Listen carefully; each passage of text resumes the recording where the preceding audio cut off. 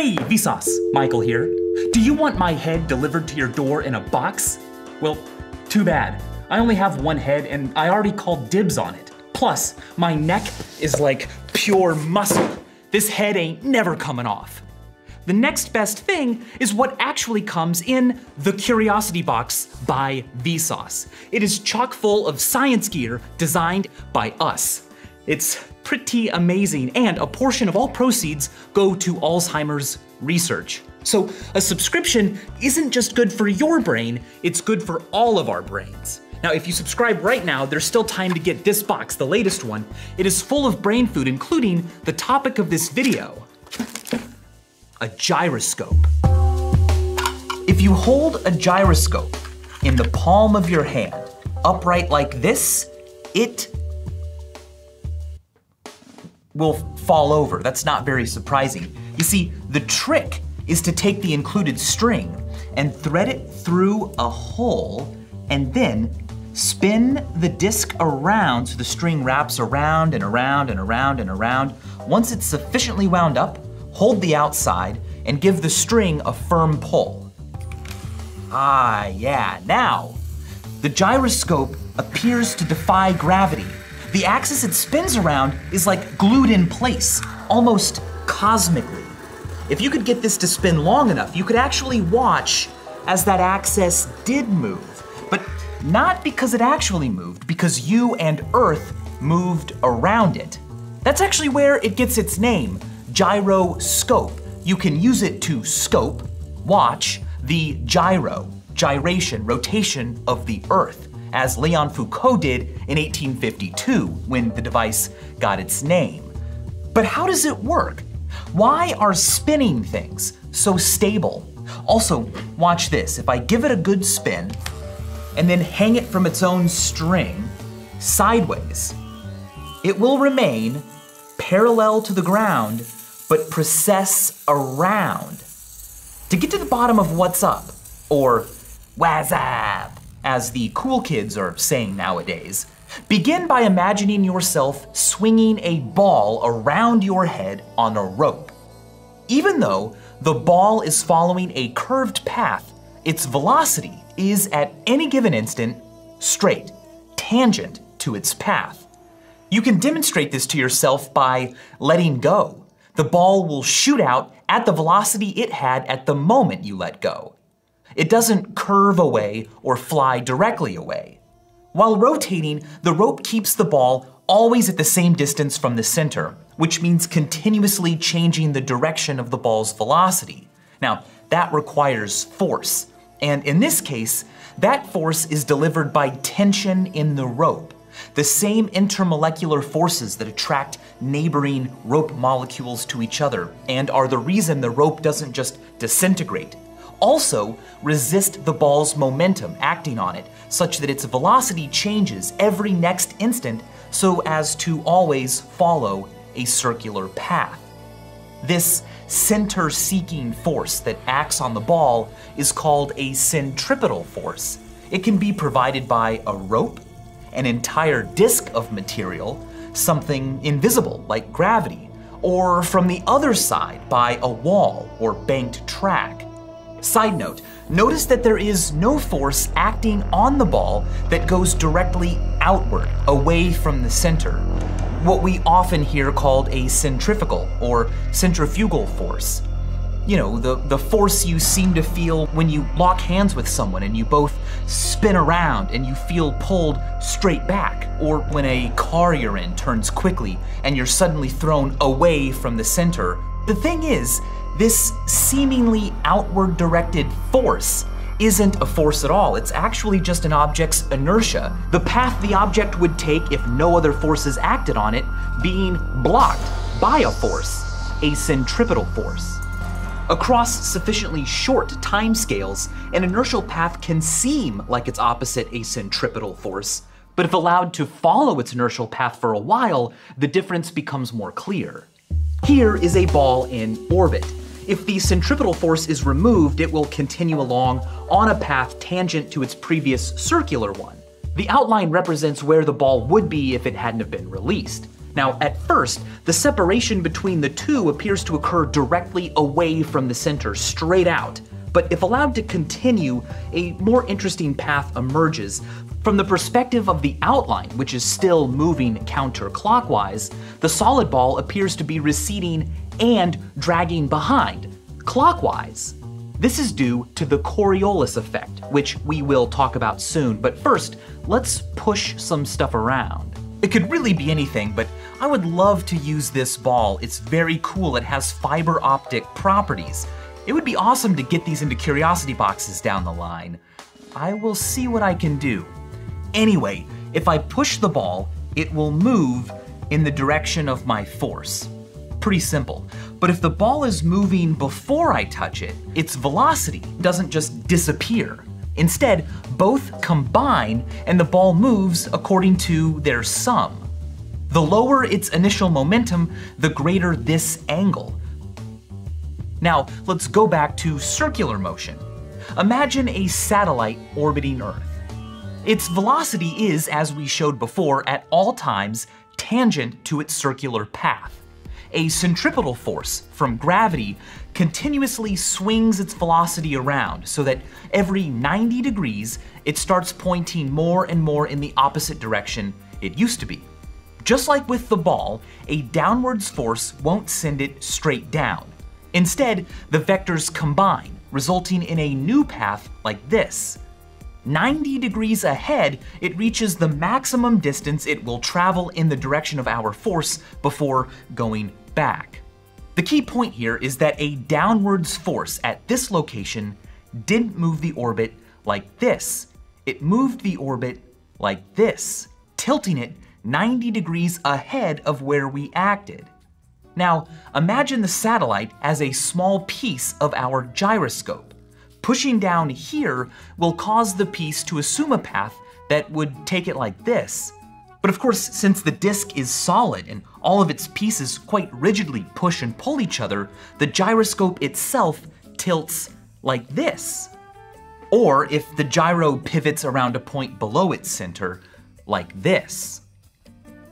If the gyro wasn't spinning, pushing it down here would have just caused this to happen. But when something is spinning, its component parts have other vectors you need to consider. I learned a fun demonstration of this from a great video by Matthias Wandel. This is a cardboard disc. I cut it out myself. Now I can balance it on the end of a pen, just like this. And if I blow on the side nearest me, it tilts to me. Not very surprising. But if the disc is spinning and I blow in the same place, it tilts to the right. And if I blow on the side nearest you, instead of tilting to you, well, it tilts to the left. If, instead of applying my force in one location the whole time, I instead apply the force wherever the tilt is greatest down, well, the tilt will glide around and around. Watch.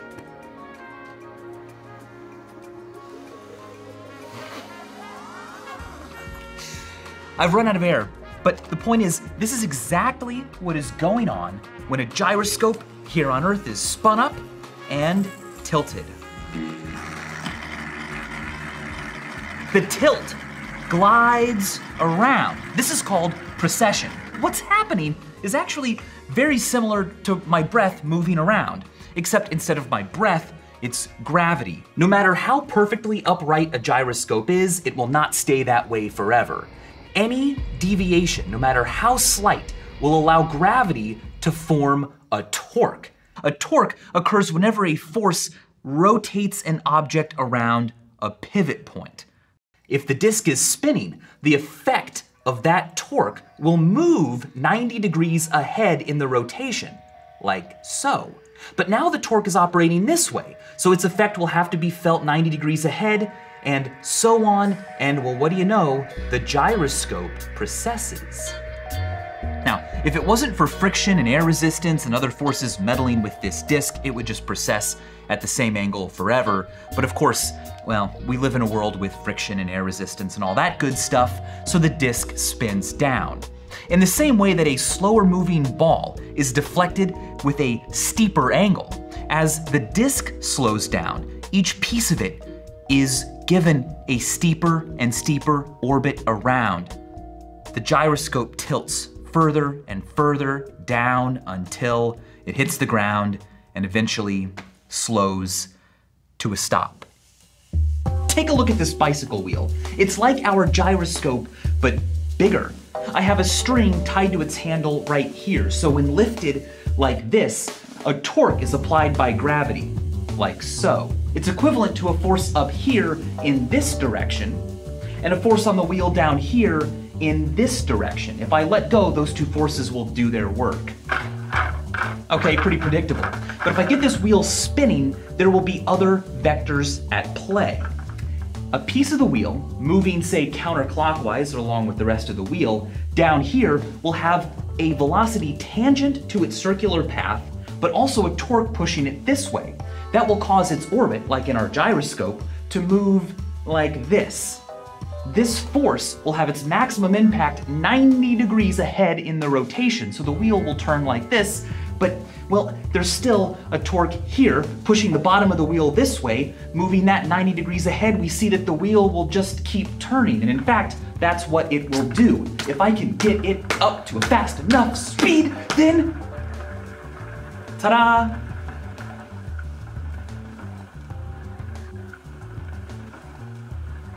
An even bigger spinning object is the Earth, and we are all on it, strapped in by friction and gravity for the ride. A ride with some surprising consequences. A helicopter can't just lift up off the ground, remain motionless, and allow the Earth to rotate under it. Doesn't work that way. This is because the helicopter, the ground it used to be on, and the air all around it are all also traveling with the Earth's spin.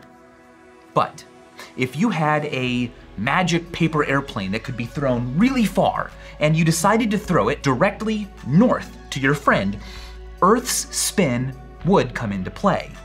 No matter how dead on your aim was, every time you would find that the plane drifts a bit east, as if pushed by some mysterious force. And likewise, your friend to the north would find that their plane, thrown south directly at you, would always drift a bit west. This is called the Coriolis effect. You are both on Earth, and you're both always north and south of each other, but in a day, your friend nearer the pole travels a shorter total distance around. It's less distance in the same time. Your friend is moving slower than you. Your plane, meanwhile, is spinning at your faster velocity, and it continues to have this velocity after you throw it. As it moves towards the pole, it finds itself amongst slower and slower things, so it pulls ahead of them and drifts east in the direction of Earth's spin. Your friend's plane, meanwhile, finds itself amongst faster and faster moving things that it falls behind. There's a vertical version of the Coriolis effect as well. An object suspended very high, right up above you, will actually fall a bit to the east if dropped, and anything you throw straight up at it will curve away to the west a bit. The higher up object, whose circular path around is bigger, covers more distance in the same time than you. These velocities don't just disappear when things are dropped or thrown up, so you both miss your marks. It's also why the directly outward pointing force you feel when spinning is fictitious. Your inertial tendency to move in a straight line takes you further from the path you're on to where things have to have higher velocities to rotate at the same rate. If you fly out long enough, you'll notice yourself falling behind your original rotation pace, not with it always directly out. Finally, lose weight fast, but not mass, with this one weird trick discovered by a Hungarian nobleman and physicist. People who think the Earth is flat hate him. It's called the Utvush effect. In the early 1900s, Baron Roland von Utvush was looking at gravity measurements taken on ships at sea and noticed that readings were lower when ships were traveling east and higher when they were traveling west. Further investigations found that, yes, in fact, when traveling, On foot, in a car, on a bike, in a plane, doesn't matter. You weigh less when traveling east and more when traveling west. In fact, an airplane flying east at the equator experiences an apparent weight reduction of about 0.9%. So if you want to quickly lose a bit over a pound, about half a kilo, get on that plane. What causes this effect? Well, when you're spinning with the Earth, you have a linear velocity, but gravity, a centripetal force, is always resisting this. If gravity was turned off and the Earth remained whole, you'd be flung off on a tangent that rose above your usual path. For this reason, your inertial tendency to take this tangent path is a sort of lift. It's not enough to take you off the surface. Earth doesn't spin fast enough for that to happen, but just as I can lift something that's on a scale and make it weigh less without completely removing it from the scale, so too does your inertial path lift you just a bit. Traveling east adds to the velocity Earth's spin gives you and provides more of this kind of lift in a direction away from the surface, making you lighter. Conversely, traveling west decreases your velocity in that direction, lowering its lifting effect on your weight. I will be thinking about this and maybe even weighing myself very precisely while I'm traveling the country with Brain Candy Live. You got your tickets already, right? Don't wait, it is very, very exciting, and I cannot wait to get a chance to see you all in person and be more interactive with this kind of stuff, and do so on a much bigger, louder, personal scale. Also, subscribe to the Curiosity Box for more mind dynamite. It's fantastic, and it helps a very, very good cause. I so fully stand behind it. I'm very proud of it. And you know what? Go subscribe to Dong while you're at it. My latest video there is all about some of my favorite free physics simulators on the internet. You are all great. I appreciate your time. And as always, thanks for watching.